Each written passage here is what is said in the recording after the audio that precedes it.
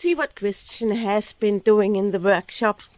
If the cars are not broken, he has to be in the workshop doing something.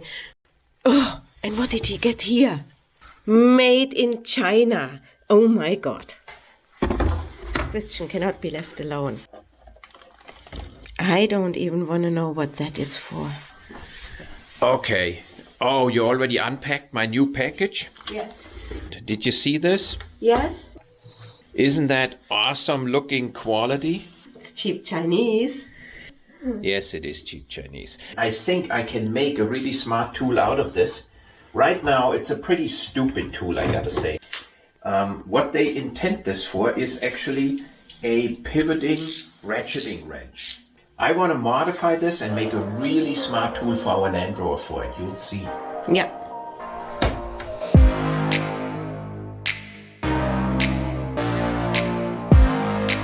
So I bought this toolkit here for a really good price, and the pieces look really high quality. And I was hoping that I can use my 3/8 inch or 1/2 inch extensions to work with these, you know, plug them in here and then keep on cranking. But no, the Chinese had a really bad day and this connection here doesn't fit. So I'm gonna manipulate this set and make it work the way I want it to work.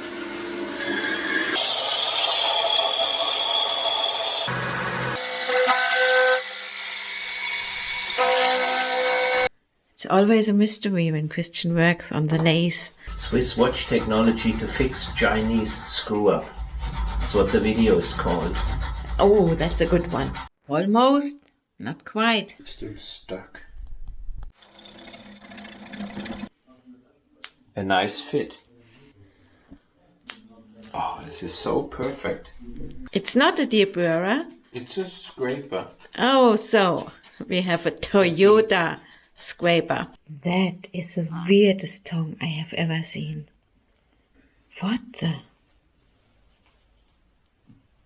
That's a Knipex, and it's really old. It even says here West Germany. Look at that. He ruined a perfectly good Chidore tool. I put two little cutouts on this side. So when I put the knob in here, see? This knob, watch it. You hear the click? Yeah. How do you get it out? I did not think that far. Now we gotta weld this to this socket. But before I do that, I gotta clean up this socket here. I don't this see fits it. now together. And then we're gonna have to weld it. Oh really? It's almost 9 o'clock. It's way past my bedtime. You think you can turn it for me? How am I going? Well, maybe you show it to me before you start welding. Well, you would have to turn it here. Ah, okay. And you don't want to watch inside, okay? Oh. Whoa, sounds weird. Turn it. Other direction. Further. Further. Stop. Can you turn it? Further. Further.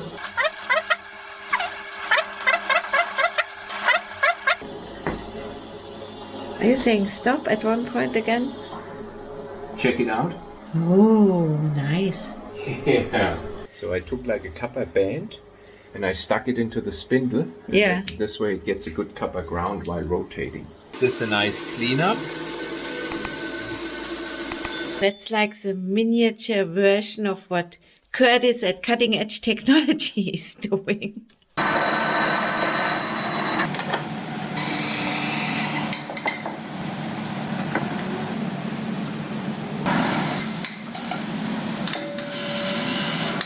It looks like a big cylinder rod he's building, except really miniature. Yeah. Well, it's really after my bedtime now. Oh, you have to harden it now. Christian, that's clickbait.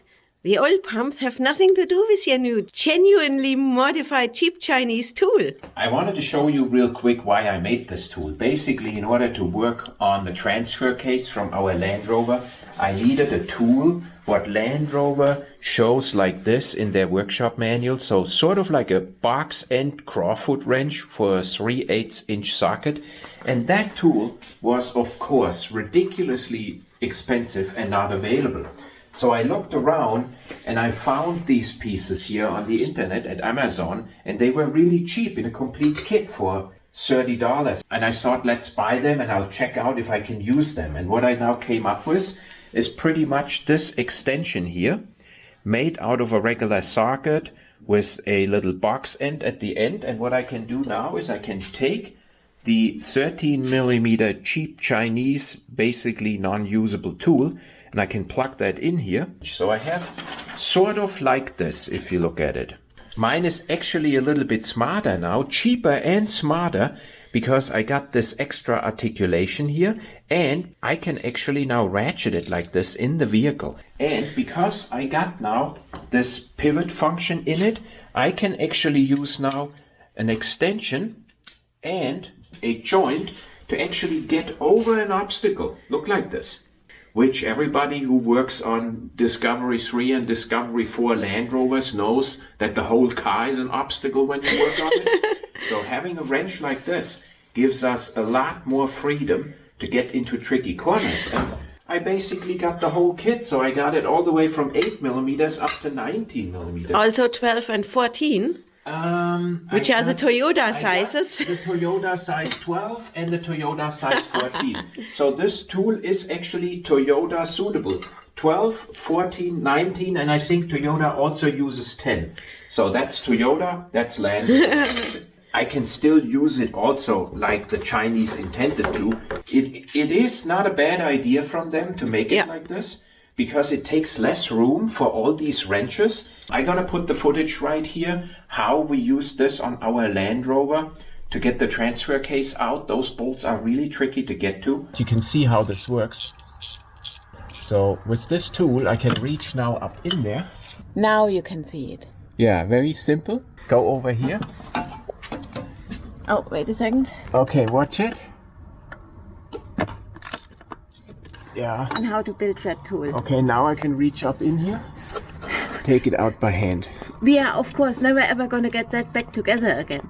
No, we leave it out. There are enough bolts in there. All the way up there is one more. Yeah. Which I got now my tool on.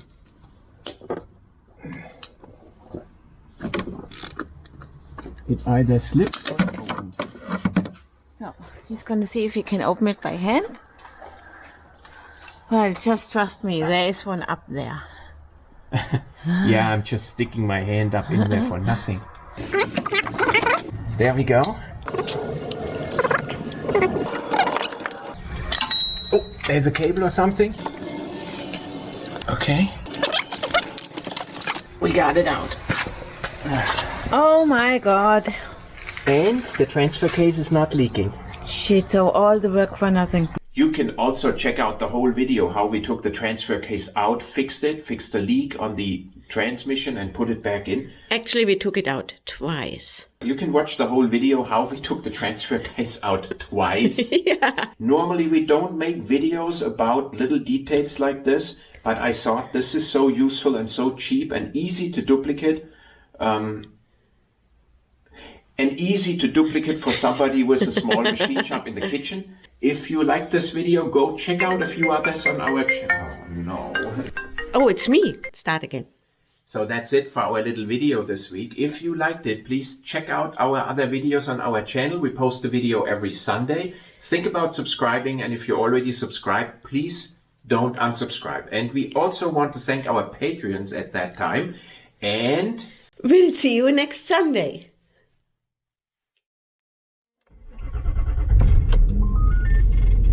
Cold. Oh man, I didn't get a fault. Usually I have a special systems off fault, and I checked it with my iCar Soft, and it's a P0562 fault, which means power system low. Now the front passenger door opens, It's not even 7 o'clock. It's below freezing. And you are claiming again that your car isn't working. Yeah, my car is not broken, but it finally has a fault, which didn't show up right now. If it didn't show up right now, I can go back inside. Now we're gonna check my fault. But if the fault isn't happening right now, it's not a permanent fault. I'm gonna turn the heated seats on. I turn everything off, radio, heated seats, whatever, when I start my car in a cold start. That's a good idea. So to save battery power. And I wonder what that noise is. That noise is here your inverter, your power inverter. Oh, the one which is broken. Because that noise is new. Now the noise is gone. So your TDV6 fault is the knock sensor, that's all normal. Control module bus signal off, lost communication, those are all useless. What most likely happened is when we have these extremely cold temperatures, you can get a startup fault because of battery voltage low, and then it turns the bus signals off and so on. Then you just gotta restart it when it's warm. Oh, but that sucks. I actually wanted to lift my car up on the lift and take off the transfer case and whatever and look for a gremlin. It doesn't suck if the car has no faults, okay? Yeah. That's the thing we want. So your battery is charging just fine. Whoa. We see your battery voltage. That is okay. Turn your lights on. Oh. See, that's not bad. That's not bad. You're okay. Watch it. It starts nicely. It goes up right away. Let's see if it goes in rock crawling mode. Oh, I almost got a heart attack because that sound Rock came. crawling mode. Isn't that a cool mode? Yeah. Look, it even displays the position of your steering wheels. On a 15-year-old car. 17. Did you know that? Cool. It's not very accurate. It only goes like straight. And 45 degrees. Or 45 degrees. Okay, did you know that your oil pressure gauge is frozen in? Yes, I actually know that it broke when it was minus 15 we degrees. should have bought a digital one because digital ones can't freeze. We are on another rescue mission. I'm so happy. No, don't do that. Oh my God. I'm always so happy that nothing bad happens, you know. Well, that sounded like a Land Rover with a broken crankshaft. Oh shit. And now we can see it on our dash cam. You're talking. You can look at this one. I will look at this one. But I'm gonna clean Yeah, this but one. you only look at that one in park. What the hell? How is that? Oh, yeah. But why can you see the motorcycle here? Because that's my rear camera. That's What? But it only works when you put it into rear. No, I can turn it on manually. So if something happens, we have footage of it. Okay. We are back home. It's losing coolant. It's losing coolant and the engine is clunking, so it already suffered a major engine failure. So it's our first engine failure on one of our own vehicles.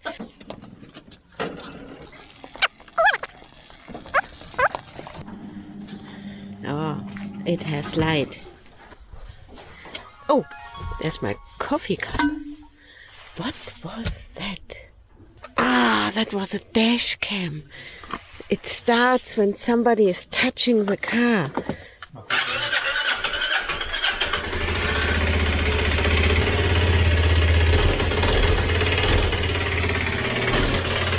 Yeah. It sounds bad, right? Oh boy, we suffered our first major engine failure. We had to rescue Robin on the Autobahn. That was just 10 seconds earlier in this video. Oh, okay. So the root cause I identified as an overheating problem, which is this little thermostat here. It doesn't open when you put it in boiling water, and it says 80 degrees on here. That caused an immediate stuck piston right here. You can see the scratch marks. And there is metal buried in here. And the reason the engine doesn't run then immediately anymore is because the piston ring seizes up. Then the compression is gone, and then it quickly seizes in the cylinder, and then you get engine knock. Also here on the backside. And of course the oil ring doesn't work then anymore either. That's very sad because of a stupid 2-cent Chinese thermostat. That is a 125cc 4-stroke, 4 valves per piston, fuel injected, EU5 emission engine. So this is really some high-tech product from Italian, but I think the engine is actually made in China. There is a port injector here. See the valves here? Yeah. Are the valves gone? No, the valves are perfect. I'm gonna buy a new cylinder head. They make an oversized piston. The piston is about 50 euros. The complete cylinder head with a new piston matched is 180. Oh, that's good. Robin needs this thing. Yeah, it's his daily driver, and where he lives, he does not have public transport.